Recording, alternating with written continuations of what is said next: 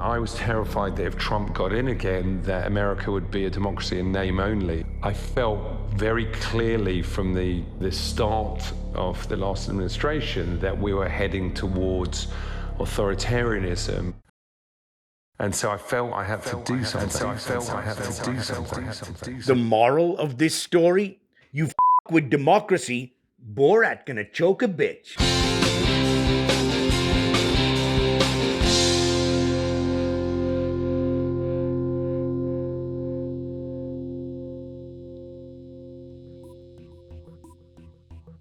Dumbo Donald made him do it.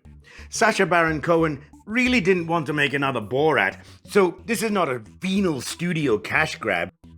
As much as this Borat sequel is a raunchy comedy, its very existence is political. From his own account, Cohen was driven to undermine the election campaign of the psychotic Dumbo Donald administration, to avoid another term of the traitorous malignant felon. I didn't want to do Borat again. I didn't want to do Who's America again. I didn't want to go undercover again. I felt I had to do anything I could to remind people of what, in 90 minutes in a humorous way, of what Trump had done the prior 4 years. And I felt I had to try and infiltrate his inner circle, which we did do with Rudy Giuliani and Mike Pence. Thus, Borat's subsequent movie film, delivery of prodigious bribe to American regime for make benefit once glorious nation of Kazakhstan. And the result? Borat 1. Dumbo Donald 0. Yeah, that's a big white power 0. Those numbnuts really think we don't know when they're doing it. Whether Cohen's film was instrumental in Dumbo's election loss is conjecture. But hey, the piece of dogshit traitor lost. Do we really give a rat's ass how or why? Well, if you... Yeah. Before the film starts, in the content warning, nudity, violence, etc., there's a warning for blackface now. And it's first. Blackface, nudity, drug use, foul language, sexual content. Justin Trudeau say, who, me? We all know it's inappropriate. It's being used here as a punchline. By the way, they forgot bestiality. Must I do your contradictory job for you, censors? But I can't believe the slippery slope we're on right now. It's not the filmmakers' fault. They're making a political satire. But how long before the censors, bowing to the vocal minority of the cancel culture club, are gonna post warnings for transphobic content, insensitive to Catholics, and cisgender toys?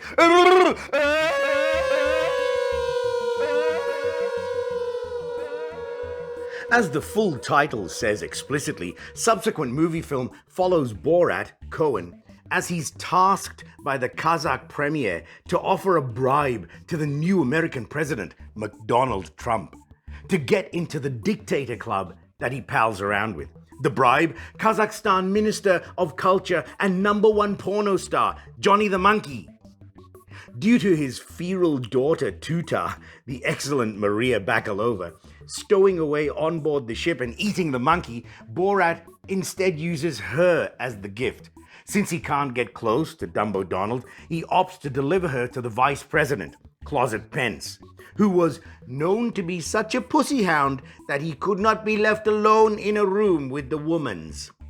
In this sequel, 14 years after the original Borat, Cohen faces the reality of Borat being recognizable worldwide, so he artfully builds into the plot that Borat is a worldwide phenomenon, meaning that Borat himself, who is Cohen in disguise, must also adopt disguises. I'm a dude playing a dude disguised as another dude. What? That's not exactly a good thing for the viewer because it removes that visual branding for long periods of time. And sometimes it seems like we're watching Who is America, Cohen's revealing 2018 series that also employed various disguises on Cohen as he hammered out xenophobes, white supremacists, and dingbats. The two feature points in the movie are Borat, disguised as Dumbo Donald, infiltrating a CPAC convention to punk Closet Pence, and the disturbing Rudy Giuliani attempted molestation scene.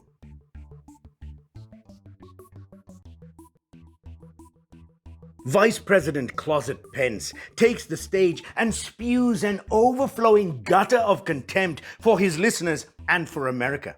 It's an embarrassment to think this guy was in charge of quelling the pandemic, the coronavirus czar, no less. Instead, brazenly spreading lies. As of today, we have 15 cases of coronavirus that have been detected in the United States, with only one new case detected in the last 2 weeks. There's nothing particularly xenophobic or dingbat about this sequence, except the craziness of Cohen taking his life into his hands with all those itchy Secret Service goons around. Except for the fact that the filmmakers have recorded the administration's talking points via Pence. Talking points that we now know even the administration knew were outright lies, proven by Dumbo Donald's recorded conversation with journalist Bob Woodward, where he admitted to knowingly lying to America. And while the risk to the American public remains low, as the president said yesterday, we're ready. We're ready for anything. Ready for anything. The families of over 500,000 dead Americans beg to differ, you oleaginous swine. Borat, as Dumbo Donald bursts in, Tutar over his shoulder, yelling that she is Pence's gift. The Secret Service escort Borat out, refraining from beating the shit out of him because of the ubiquitous cameras, and refraining from shooting him because he isn't black.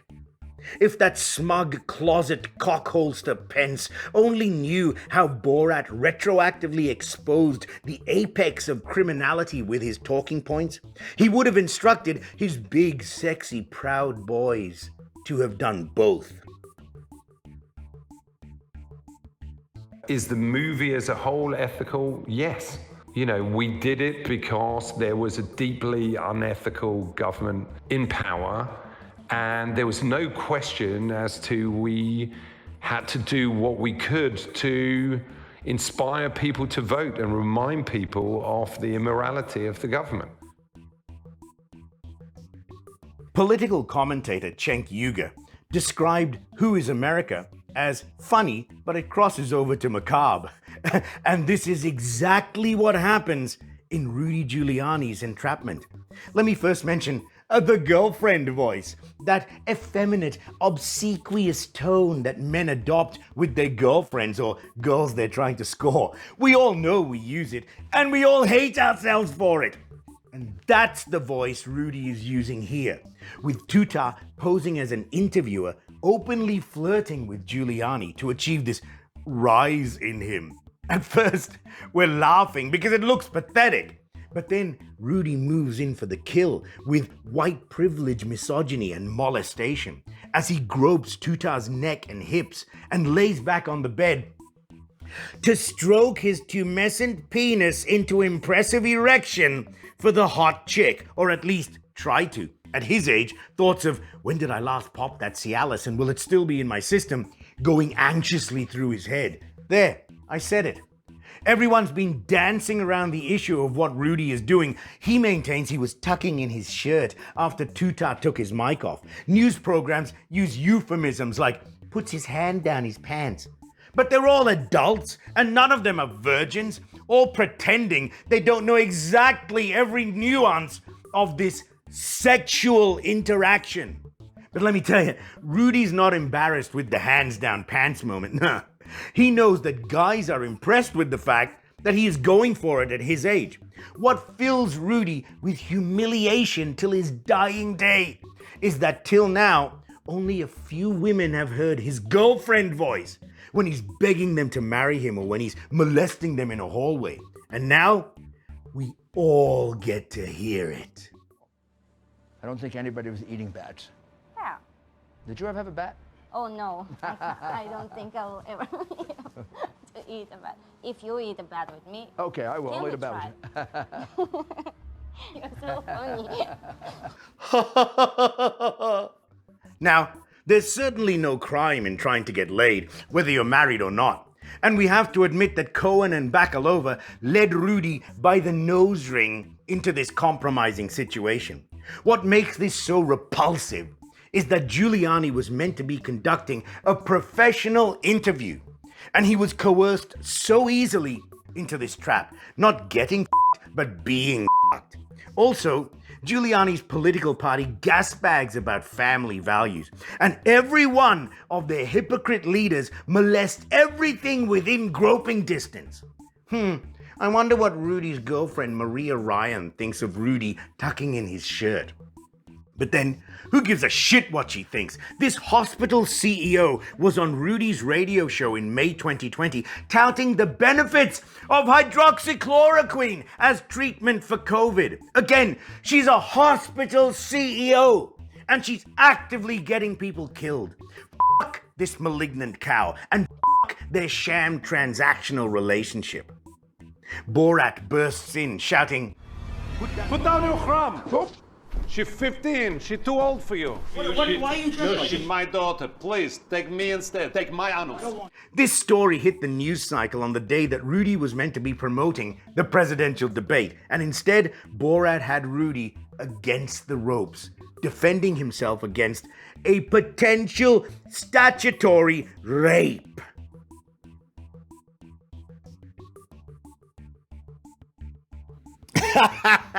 Dumbo Donald lost the election about 80 times at last count, in the courts, in recounts, the popular vote, the electoral college. Truly the biggest loser of any president in US history. It was released before the election, so this movie spares us the tragicomic scenes of Dumbo's apostles in and out of government refusing to believe he lost. I mean, we made the movie to have an impact on the election. What subsequent Moviefilm does do via Borat's travels is expose the deleterious effects of the Dumbo administration on redneck society. Borat asks a cake shop owner to write "Jews will not replace us" in icing. She gladly does. He leads a gun rally crowd effortlessly into racist chants. Two trailer park twits mansplain the Democrat process of harvesting adrenaline from kids. Supposedly they torture these kids. It gets their adrenaline flowing in their body. Then they take that out of their adrenal glands, and then they drink their blood or that out of their... I've heard about things like that. Hillary Clinton drink the blood of children? That's what we've heard. Jesus, it's blood-curdling how tiny their brains are. Who knows where they read these idiocies, considering they can't read? The movie is written so well that it can frame two subplots. Tutar realizing she can be an independent woman, and Borat, raised as a misogynist, realizing he can reciprocate his daughter's love. And 24-year-old Maria Bakalova is sensational as 15-year-old Tutar, proving she can improvise in life-threatening situations alongside the best in the business. 8 stars because Borat's subsequent Moviefilm exposes the fraud and fragile minds of the Dumbo Donald administration and its followers, and it must count as partially responsible for removing the money laundering, campaign finance violating, kidnapping, obstructor of justice, traitor, seditionist, amoral pig from office. The movie title actually changes along Borat's journey as his goals change, but in the end, Borat's subsequent Moviefilm was made for make benefit once glorious nation of US&A. Cinque. Movie maniacs, they've been watching my YouTube channel and they tell me it's time to ask for the money. Please send $5 donations to Patreon, or you can make a one-off payment to PayPal or Venmo. Thank you. Thank you. Any amount will help. They tell me that other things will help me. If you press like or make a comment, that will help my algorithm. I don't know what that is. Okay. Keep going. And subscribe. Please, subscribe. More subscribers helps Google to find me. If I get enough donations, I'll be able to fix this mic and get these lights turned back on again. Just why is it so dark in here? How'd you do that? It's just a light switch.